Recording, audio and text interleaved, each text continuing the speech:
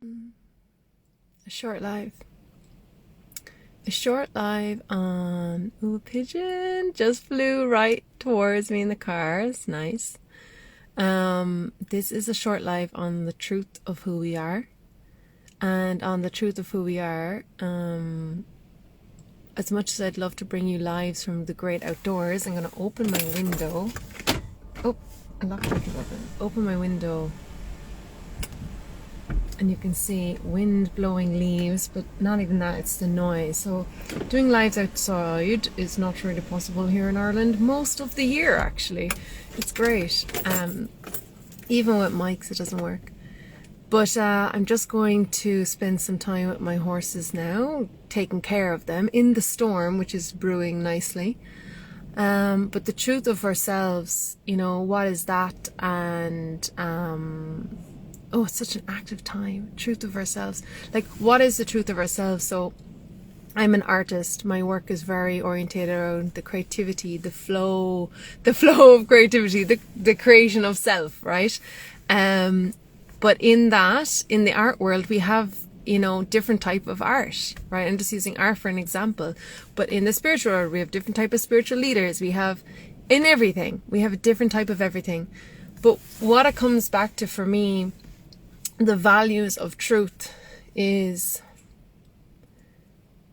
some of the things that are very strong for me is the truth of what you own and what you don't own.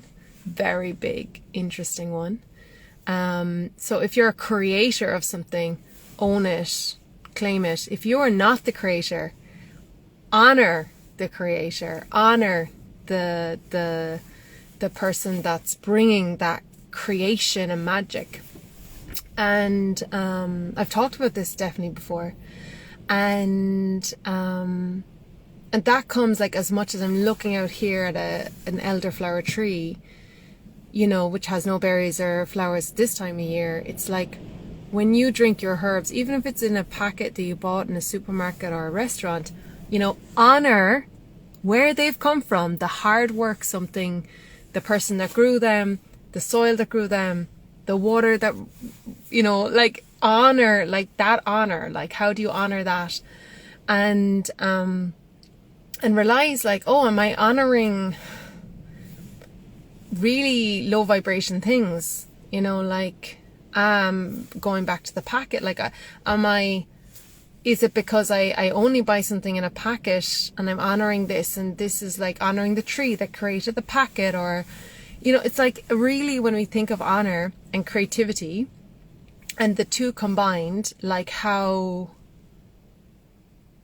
the space between them, you know, what do we want to, the vibration, like the high vibration, what do we want to honor in the high vibration?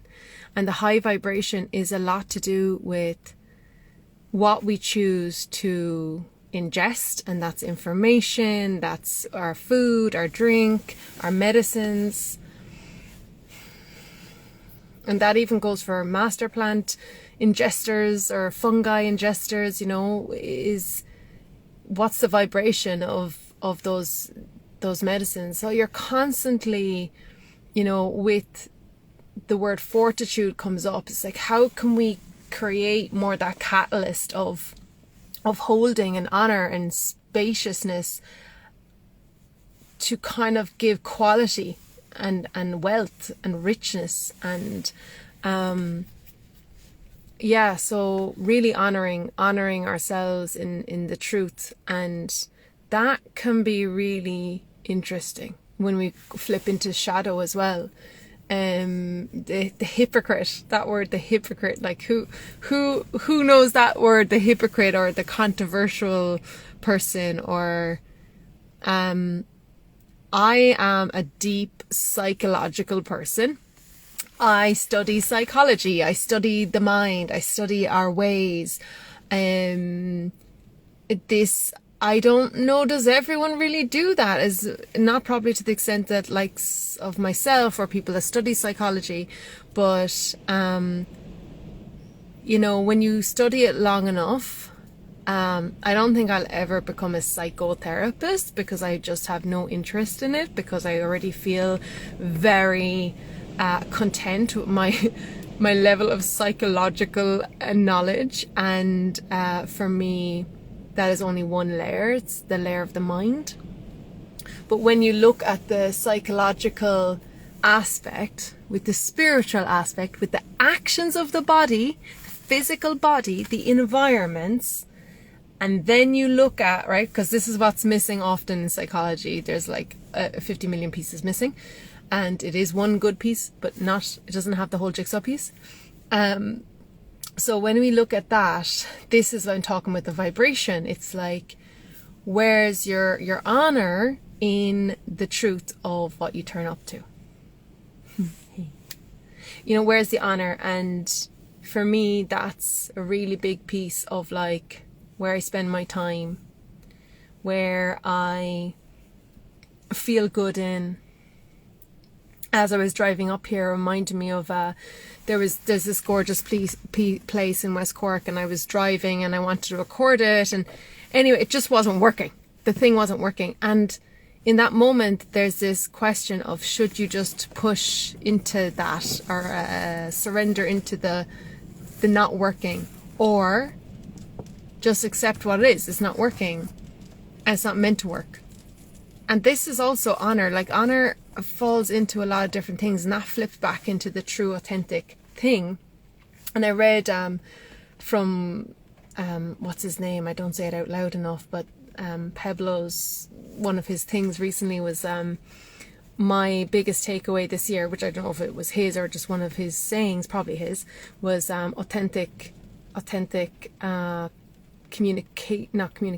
relationships.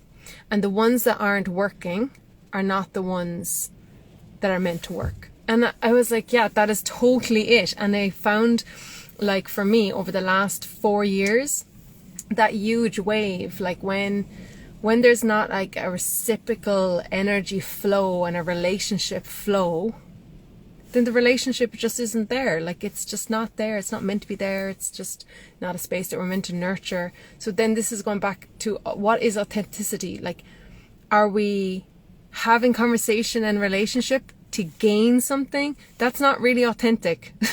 Unless you say it out loud. I want to gain something. And then it's fine. But what happens is, like, we're constantly being taught. This is on the spiritual path, the sacred path, the human path, right? Like, we have lessons every day in every conversation. And for me, I had this question brought to me recently, like, you know, what did I do for myself in the last 3 months? And, you know, had I gone to someone, had I, you know, not do for myself, like as in what self-work I had done on myself. And in that moment, I was like, I took my mind out and I was like, well, I didn't do X, Y's and Z's like how most people would do. Like, maybe they went to their massage therapist, or they went to their healer, or whatever it is, you know. And I was like, afterwards, contemplation, this, you know, time went by. I was like, oh yeah, when you do so much contemplation in your life, or I was calculating how much bodywork hours I've done. I've done hundreds on myself, on my own physical body. I love your little heart eyes, Kira. 100 of bodywork sessions on myself, like as in from another professional.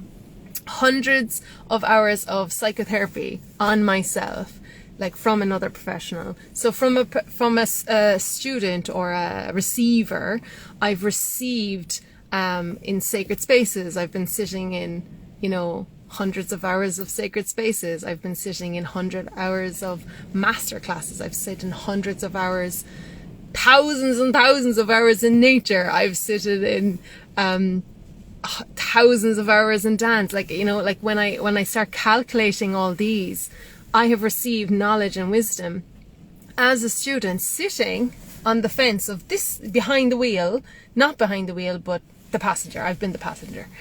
And so when you're also, that's not to say, so this is actually really, really, I don't know how we're rolling into this, but this is obviously going to come back to the true authentic self, is that being a passenger is absolutely amazing.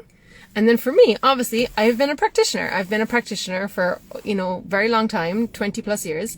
And over time, I was extensively a practitioner, or more a student, more a practitioner, and like wavering. This is my road. This is what I've done.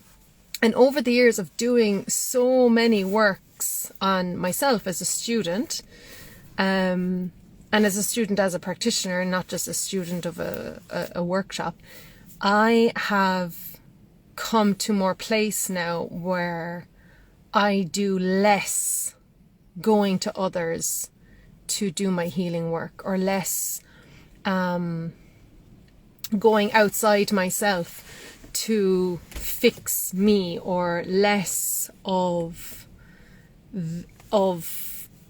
dependency, I suppose. And it's not to say that I just still don't need it. We kind of always need it. I would think we'd always need that. But I have so many resources. I'm a herbalist, so I can self-prescribe tinctures, medicines, forage, nutrition. I can prescribe my nutrition. I know what to prescribe. I help my students or clients with that. So I don't need to go. The odd time it's nice to go. I have done that over the years, gone to other people, because it's like you're being held. Even as a herbalist, I have gone to other herbalists. It's really nice. And then with everything, body work, massage, other people's workshops, whatever it is, online stuff. I've done loads of other people's online stuff. Like, I enjoy learning. I enjoy it. I am constantly learning. But right now, as much as I have done a lot of in-person or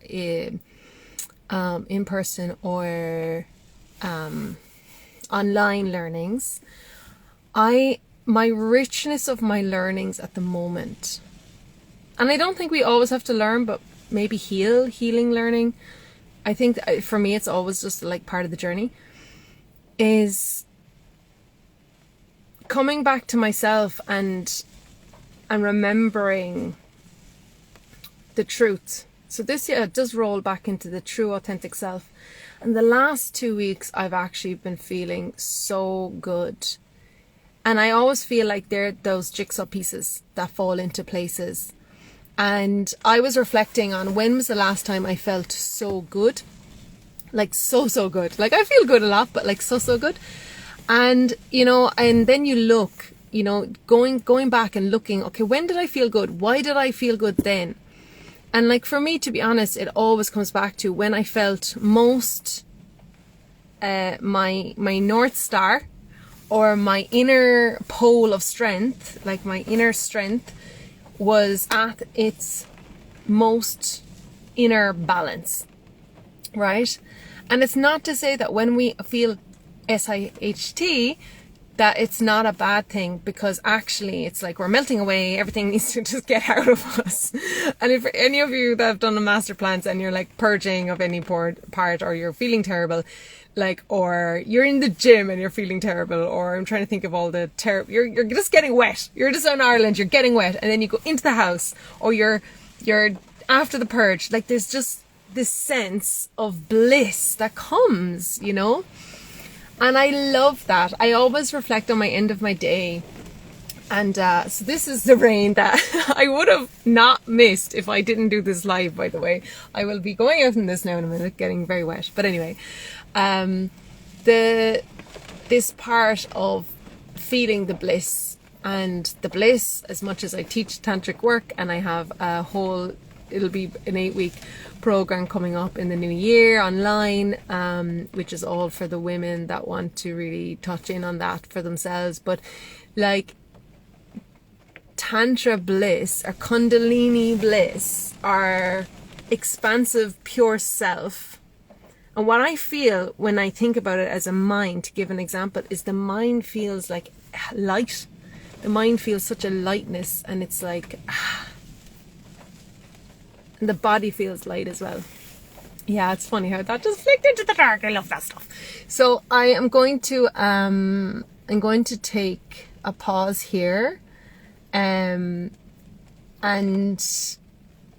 we can take every moment of our day as a healing process.